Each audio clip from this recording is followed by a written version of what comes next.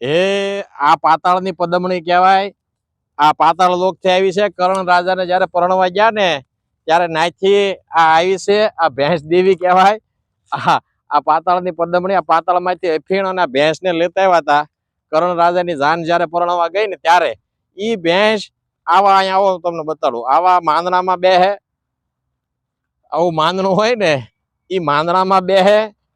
ઈ આખી ગારા વાળી થાય, ચોખ્ખું તો ગમે નહીં, અને ગારા વાળી થાય પછી અમારા પિંજરા રે વાહા ગહે એક અને પિંજરા પાડી દે. તેમાં આમ જોવો આ દાટ વાળી દે પિંજરાનો. એટલે મારા ભાઈ, તમે આખા ગુજરાતમાં સદભાવના વૃદ્ધાશ્રમના પિંજરા ઉભા છે, વૃક્ષો ઉભા છે. માલઢોર હોય એનો વાંધો નહીં. બાવળ કાઢી નાખ્યો છે, વચ્ચે ઘાસ ઉગે, એમાં માલઢોર ચારવાનો જ છે. આપણે ચરણ થાય એટલે જ આપણે જગ્યા સાફ સફાઈ કરીને વૃક્ષો વાવી છે.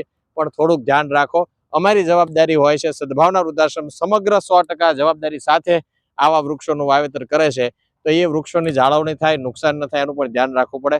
પણ આ પાતાળની પદમણી એટલે પદમણી, પાતાળની પદમણી એટલે ભેંસ, બફેલો, પાડાની મમ્મી, ઓલું ડોબું. એ ભાઈ જો આમ જો, આમ બતાવો તો આ ડોબું ભલામણા ધ્યાન રાખજો થોડુંક. વાહા ગહવા ન દેતા. આ વૃક્ષો છે એ જ આપણી સંપત્તિ છે.